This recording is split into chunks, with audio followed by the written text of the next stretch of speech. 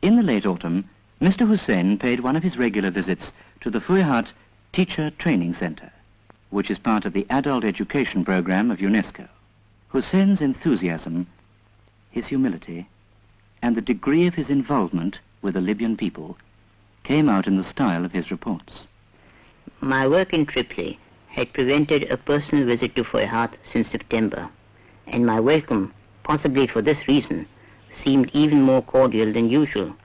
It was most pleasant to see the Libyan director, Mr. Mahmoud Shuaidi, now taking his rightful place in full command of the center, and to meet also Mr. Atari, the UNESCO team leader, and his colleagues, who had all helped to bring this about. Each UNESCO man is now working in double harness with his Libyan counterpart, the man who will ultimately take over. For it's in the nature of the UNESCO expert that ultimately he should do himself out of a job and be ready to move on to a new job elsewhere. Later in his report, Hussein quoted the two main reasons why students come here. They come here to train, both as teachers and as leaders of their communities. They can never learn too much, and they never want to stop learning. Alfwyhat is 5 kilometers east of Benghazi, which is itself 1,000 kilometers east of Tripoli, still some 14 hours by road, but only 50 minutes by jet. Most of the trainees come from small villages, some of them hundreds of kilometers away. And not only the trainees, but their villagers take great pride in the fact that they were chosen. The more I saw of Mr. Shuaidi in his office, the more I felt he has justified our faith in him. He was first noticed when he was being trained by ASFEC, the Arab States Fundamental Education Center. The boys at Alfwyhat were being trained in order to teach others. And to teach people, you begin where they are, with the things that are important to them. Their timetable includes a great proportion of agricultural studies, and in Libya, this is right and fitting. The Alfwyhat trainee, like the Libyan farmer, learns to make best use of the hot, dry climate. But as well as inheriting centuries of skill, the Alfwyhat trainee gets from the UNESCO experts the refinement of modern scientific methods adapted to his needs.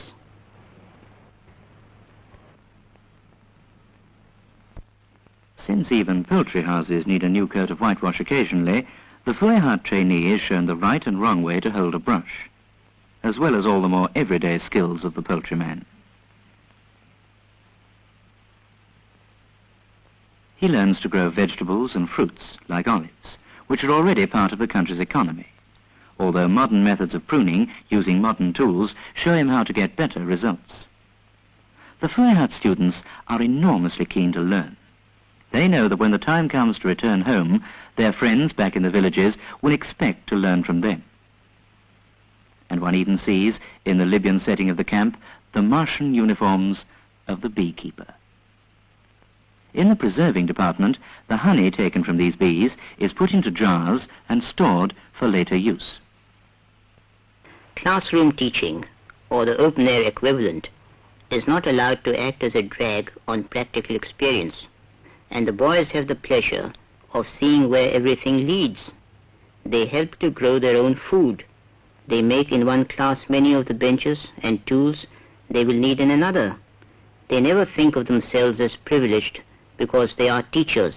Their privilege is to help others, and the more they learn, the more they can teach. The trainee is also shown how other vegetables, possibly in specially grown strains, can be successfully cultivated in Libya and preserved. He's taught that these new varieties will not only provide a change in the familiar diet, but also supply vitamins specially necessary in a hot climate. In the Girls' Center, 2 kilometers along the road, our UNESCO expert, Miss Nazima Bastawi, is helping to bring Libyan women and girls some of the advantages of modern household skills. It's of the greatest comfort to me not only to see how naturally the teaching fits into the local setting, but to see the subtlety with which this is done. Every few days, the senior agricultural instructor, Mr. Taha, leaves the Alfwyhat Center to give the girls simple lessons in horticulture. He also brings seeds and seedlings for them to pass on to their fathers and brothers. His visit is a happy example of cooperation between several agencies of the United Nations. They are supported by the local FAO men, and it's a UNICEF vehicle which brings them back. The younger girls and children from other schools nearby are given regular access to the Alfwyhat Center library. In this, and a number of other ways, the advantages that the trainees derive from the Alfwyhat Center are shared. Later, my chief, John Bowers, told me about a visit he'd paid to the Alfwyhat Center. I had a long talk with all the instructors to get their ideas about what they were doing. I was shown round the carpentry and handicraft section run by Mr. Zelatimo. He was teaching the trainees to make the simple furniture and equipment that they would need in their own schools and villages. In the next section, Mr. Karam, who had been trained on a UNESCO fellowship in Europe, was teaching them pottery. I thought their equipment was rather luxurious and encouraged them to teach their students with the tools and potter's wheels they would get in the Libyan villages. In a line of converted Nissen huts where the boys live, one of the huts was pointed out to me as the mosque. It looked like all the other huts, except for the prayer mats inside and the sign on the door. The administrative officer of the local Nazaret of Education went with me on tour. He was a most cultured man who has done much for the centre, Mr. Hana Kajan. I tried to make my visit as informal as possible, and with the combination of his excellent English and my rusty Arabic, we managed to get our questions asked and answered.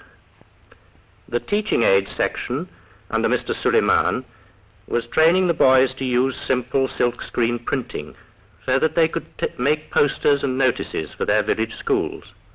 It was good to see that they had also made use of their own kind of homemade puppets.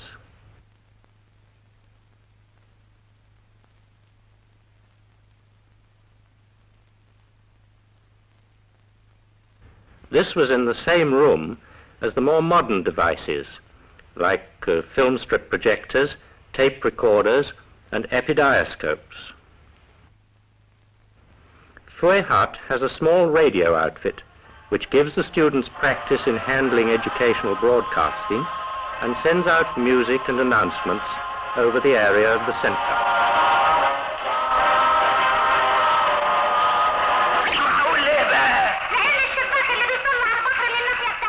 Bowers told me about the section here in Paris which handles relations with member states. It's their job to keep us informed about conditions in the member states, to explain what they need, and to advise us what is possible. Just as in Libya, it was part of Hussein's job to handle day-to-day relations with Libyan government officials like the Federal Minister of Education, Mr. Mohammed Bishti, and the Provincial Minister, the Nasser. The meeting, like every other meeting in Libya, was characterized by great courtesy. The Minister and the Nasser expressed their satisfaction at the practical results of the cooperation between the Libyan government and UNESCO. And they all spoke of the intention to develop Alfwyhat from a provincial into a national center for the training of teachers and community leaders. Soon after the conversation had begun, there was the traditional offering of tea or coffee. On the main wall of the room, the portrait of the ruling king, Idris I. Mr. Hussein went on to say that he told the minister and the Nasser how hard the boys of Alfwyhat were working outside the center, in the club in Alfwyhat village, for instance. Until the boys, under Mr. Attari, helped the local people to organize this club, there was no center for communal meeting and refreshment. It was in its way as valuable to the community as the work done by young Alfwyhat trainees in teaching working people at regular evening classes. Here, Hussein was reminded that if you're going to have evening classes, you've got to be able to see the blackboard.